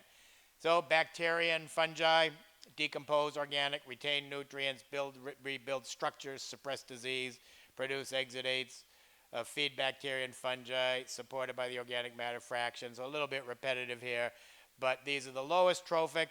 Then these are the predators. These are the protozoa feed on bacteria. Nematodes feed on fungi. They do a whole lot more than that. This really is high level here, but that's what is happening. Think of it as a predatory relationship there. They're competing for a chance to survive, and one organism is preying on another. The end result is nutrients being released in a plant available form. We have nematodes that have a relationship with fungi, and they do the same sort of thing that bacteria and protozoa do. Microarthropods, microscopic spiders, we'll say, make nutrients available, stimulate prey, build structure, and that Paul Wagner, the guy I mentioned, he refers to them as nature's taxicabs, because a single-cell bacteria can hop on one of these guys. It helps disperse and distribute the biomass. So here is the science of the organisms. Bacteria, high nitrogen. Protozoa, low nitrogen. Protozoa consumes the bacteria, doesn't need any of that nitrogen, and that's why it can immediately slough it off and make it plant available, because it is not using any of the nitrogen that it consumes from the bacteria for its own survival, because it just doesn't need it. Same relationship between nematodes and fungi. These organisms, when the system is functioning properly, between active and total, these organisms can hold on to 15 pounds of nitrogen, 1,000 square feet a season in a healthy soil. Or they can cycle 2.5 pounds of nitrogen every 30 days to the root of the plant. So think about that. That's more nitrogen than you would even buy in a fertilizer bag. And so a lot of that's going to be held onto the exchange sites. That's nutrient in reserve. So that's what the system is doing. If you have the confidence to stay the course with what's happening there, then you stick the mycorrhiza on top of that and you mine further than the root can reach. That's the kind of nutrient that can be produced in a relatively short time. Anaerobic soil, I just only repeated this because fungi, the beneficial fungi that are the disease suppressors, in other words, the good guys outcompete the bad guys. We never should be reaching for a fungicide in any production ever again because we can make it happen naturally, but they cannot tolerate anaerobic soils. They're the first guys to go south when oxygen is lost in the soil. Now we know what plant and what organism colonization we want. So look at conifer trees and that very strongly fungal soil. And take a minute to read down the list and look what happens down in the bottom of the list when you're a very strongly bacterial soil. You're going to grow a weed population or an undesirable plant population. I gave a talk yesterday down in Sonoma, and it was to city turf managers and park people, and we talked about this and how the fungal to bacterial ratio, and that if I have a soil that's strongly bacterial and you got a soccer field that you don't want any weeds in there, we got trouble. So the first thing I'm going to do is to get a humate, a granular. I told I'm not even going to reach for nitrogen on your soccer field. I'm going to put a humate, carbon in there to get the fungal to bacterial ratio so that I don't have a microbial population in that soil that just wants to grow me weeds. So if I want weeds to go away, it's an organic system, so there's no herbicides being used, but it's getting the biomass in the right range for that plant. So, that comment down there, if you have a tree that wants that strong fungal dominance and it's growing in a bacterial dominant soil, what's going to happen? It's not going to be happy. It's going to get insects. There's going to be problems. Down in Irvine, I managed 32 shopping centers for a big company down there and switched all the nutrition from synthetic to organic. And I was dealing with bacterial soil, so bacterial that those palm trees and all the olive trees and the eucalyptus and everything that was growing down there wasn't happy because the soil was so contrary to what that plant wanted. So what would you think that, so think of that. So here I got a very urban environment, and it's a shopping center, but it's planted out like a botanical garden because they do that kind of thing down there. It's all for show. So if I had that situation with a strong bacterial dominance in the soil, and I had trees that wanted a fungal dominance, and I was on a liquid injector system injecting nutrients, but if I had to think out of the box, how do you think I very quickly tried to change that?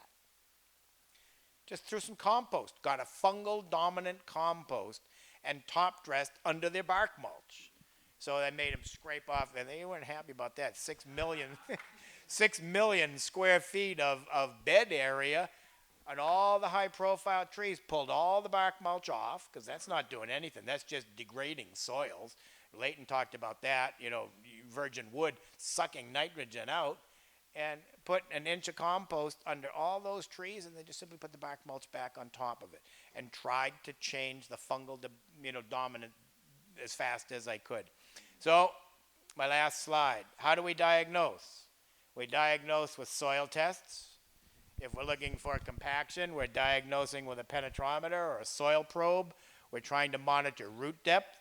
Buying a soil probe would be a great thing to have, because you'd go down and you can actually track the root depth, that goes down there. We look at the root, soil smell, one of the first things I ever do. And people that, I'm a real hands-on type of person. When I'm doing a compost or a soil, the first thing I do is pick up a hand, I smell it. To me, it's you can smell. Leighton will tell you this. You can smell biological life, and you can smell the absence of biological life. So something simple as that, before it even goes to a laboratory, I'm going to pick it up. I'm going to smell it. I'm going to feel it. So we diagnose. So then my management strategies: we diagnose the soil conditions, we create the correct environment, we inoculate with needed organisms as might be necessary, and then we just simply make sure we provide those food resources to maintain a healthy biological environment. Now that can be, compost teas and things like that. That also fits into maintaining and that type of a strategy. So that's really what it all boils down to.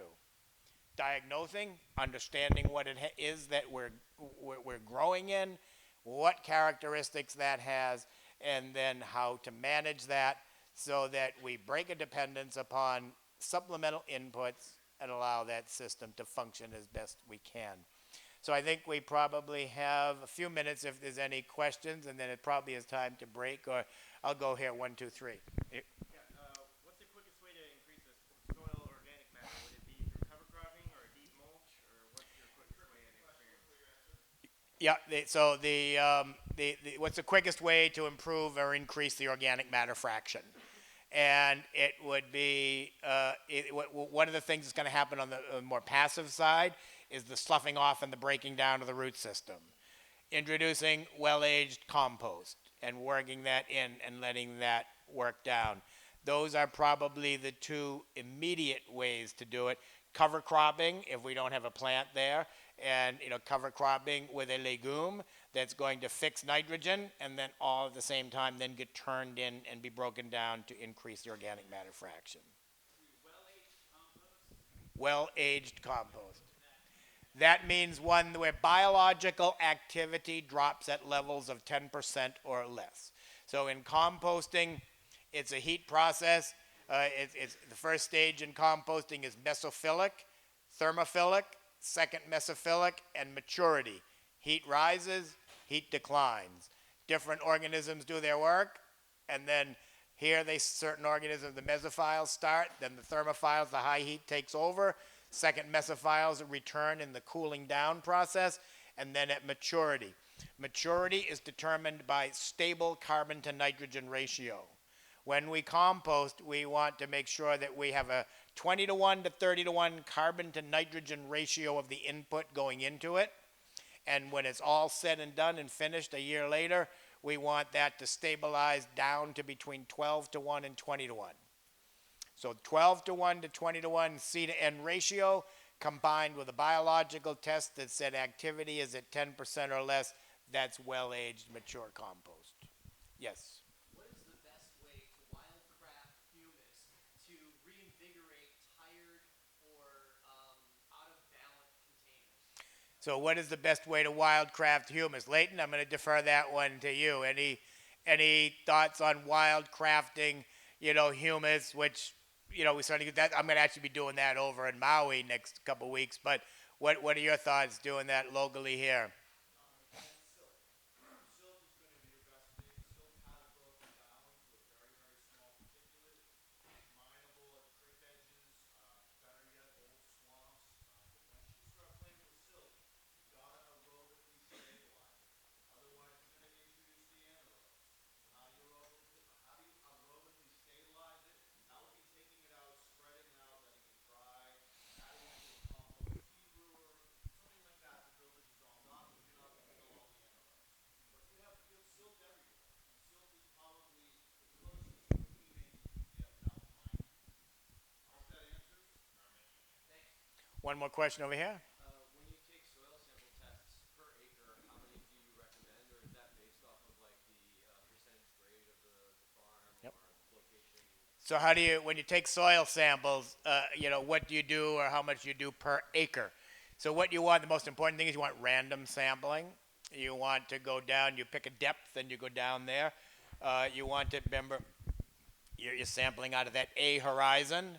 So, nutrients are going to get low. So you're going to take a little bit right up in the immediate rhizosphere where the plants are going to first take off and get established.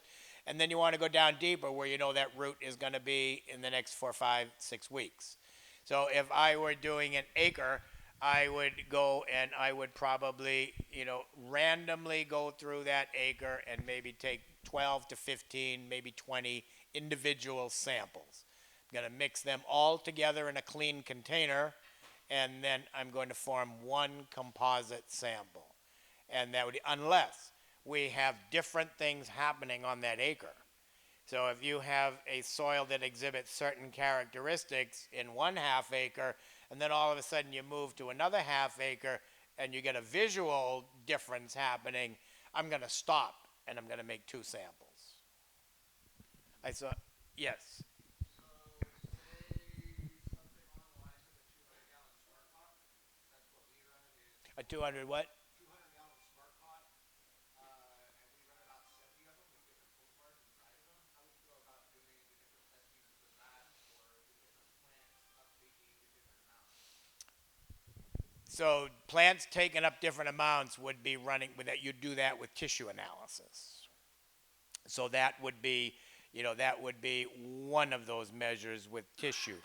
Because roots would probably be interchangeable and they're moving through there, I would be comfortable doing, a random sample through all aspects of, or through all areas of there, but I would fine tune it, with tissue, to make sure of the different cultivars. Now, does anybody here, and it's you too, anybody doing a BRICS test, BRIX test on cannabis production? That's great. That's cool. BRICS is a measure of sugars in plant tissue, which is also a measure of nutrition and quality and all of that.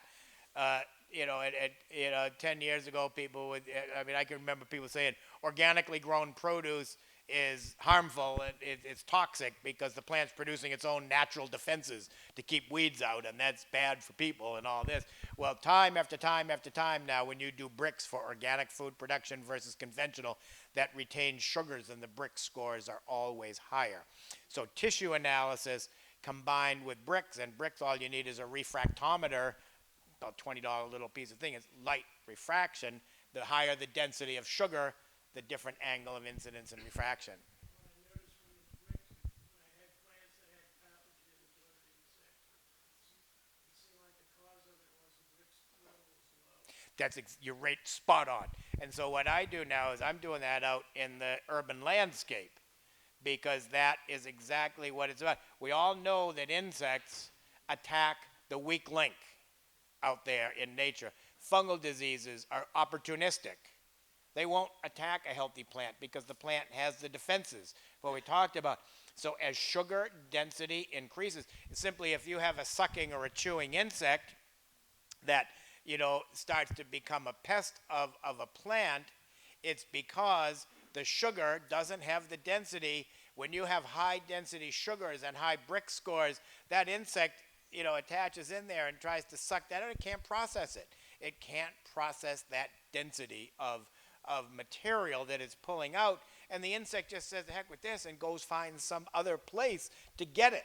And that's exactly what happens. And you monitor that with bricks. And bricks, you simply going out there with a mortar and pestle and grinding it all up and getting a little bit of all you need is 2 drops. You put it right on there, watch the light go through, and so you, through the period and life cycle of the crop, you monitor sugars in the cycle. Yes?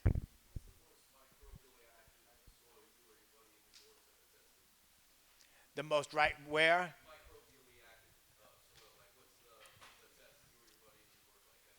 I had one that actually shocked me, and my number of protozoans combined was like 8 million.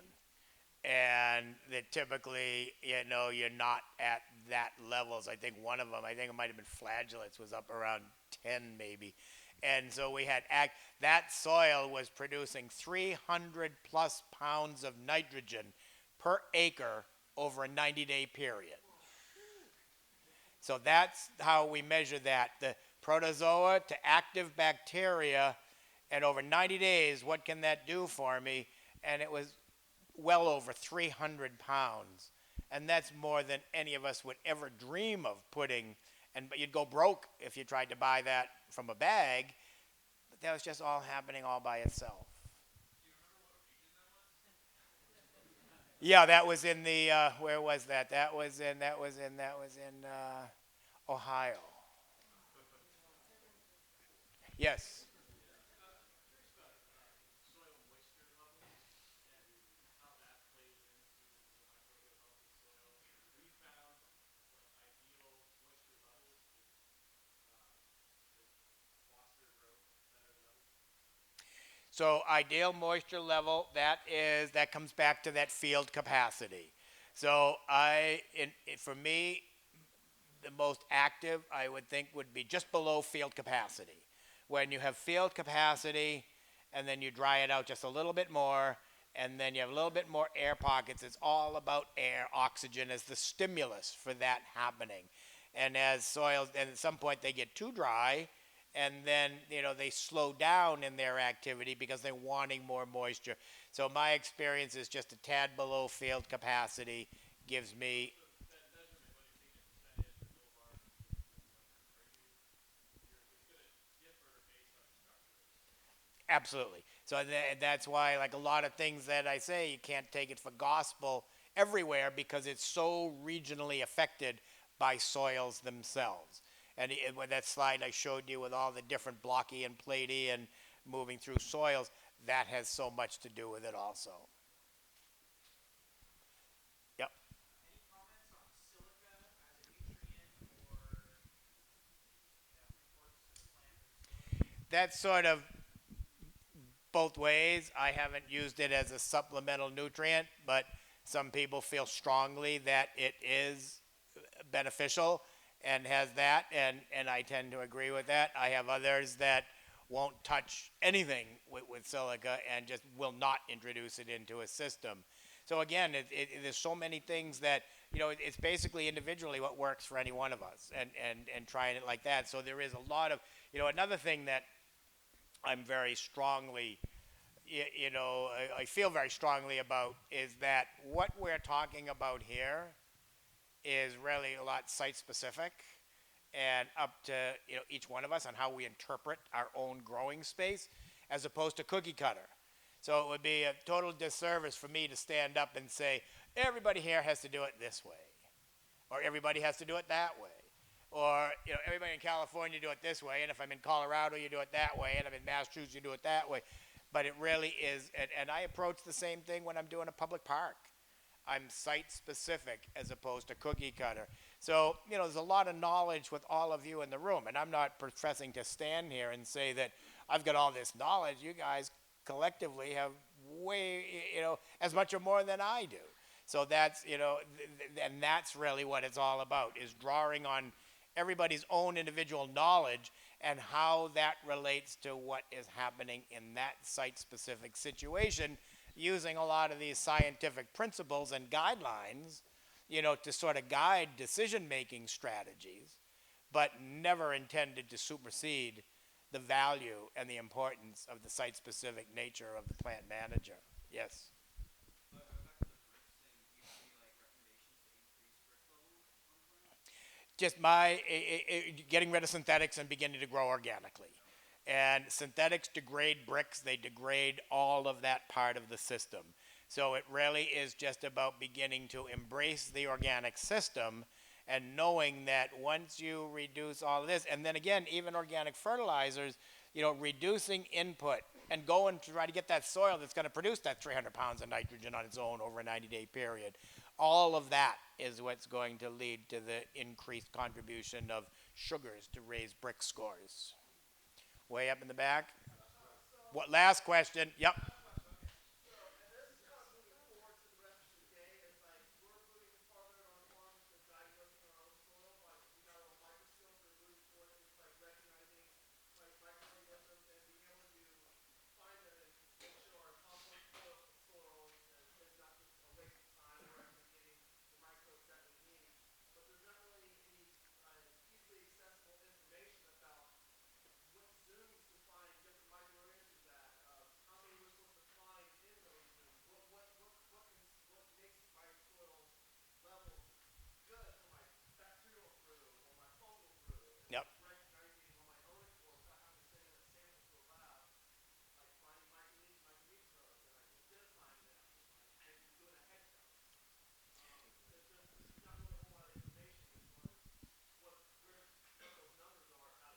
Yeah, so that is a long question, and I think most of you probably heard that.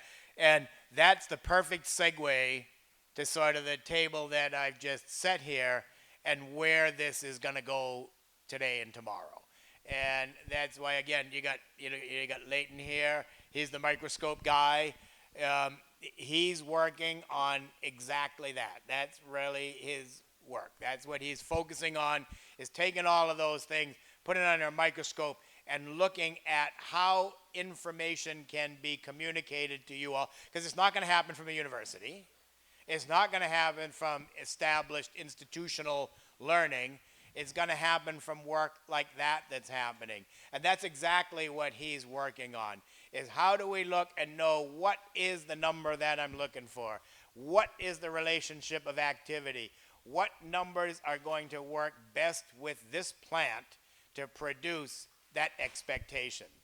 So that's where the advanced learning is going to come this afternoon and tomorrow, and take it to that level. And in all respects to Leighton, I don't think he has all the answers right now.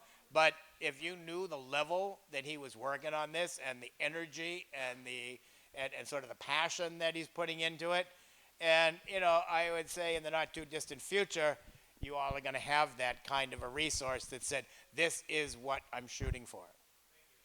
Thank you very much. Appreciate it.